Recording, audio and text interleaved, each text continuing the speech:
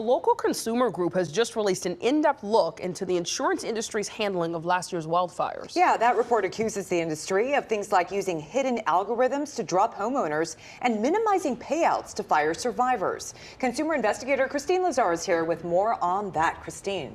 Good morning. You know, I think we all kind of recognized with the fires that the fire was the first trauma. The second trauma was dealing with insurance. Right. And people had a really hard time whether their home burned down or whether it was still standing. Consumer Watchdog analyzed court records and contracts and interviewed fire survivors and experts to compile this lengthy report. I'm joined now by one of the authors, Justin Klosko. Justin, thanks so much for joining us this morning. Hey, good morning. Good to be with you. So the report talks a lot about how technology, namely AI and algorithms, are being used to determine how much insurance coverage one needs and whether companies will insure someone or drop someone. How has that been problematic? The short end of it is we don't know how these rates are being determined or rebuild costs. Basically, we've been talking to fire survivors who have lost their homes, and they're short as much as $1 million to rebuild what they had before. So we're finding out that one company sells software that determines how much coverage you should have, and that's often a black box, and how much rebuild costs you'd have. And, you know, when these people try to find out and get these reports for rebuild costs, they just don't understand it. It's basically just gibberish. And it's a problem. It's a big problem because this is happening all over the state and across the West.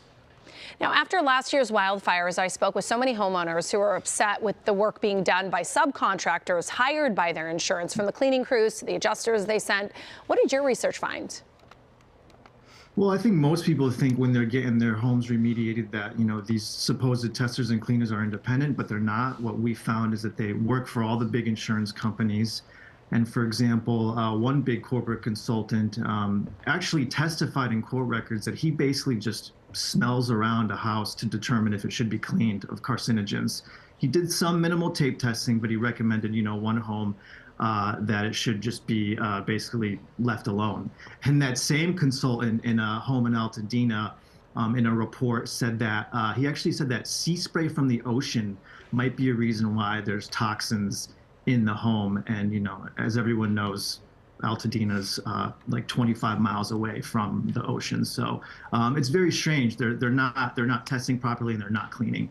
So Consumer Watchdog interviewed fire survivors and compiled a list of 10 practical tips they recommend for navigating insurance claims. Can you go over some of those?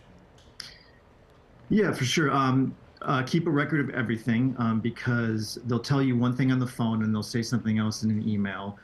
So keep a record, you know, take collective action, you know, talk to your community, talk to other people, and you know your policy and kind of know what's going on. I know that seems like kind of a big task, but you know, knowledge is power, and it's important to kind of stay informed and to fight. You know, it's basically a full-time job. You have to fight, unfortunately, for what you're owed. All right, Justin, thanks so much for joining us today and sharing that information. Sheba, Rachel, back to you.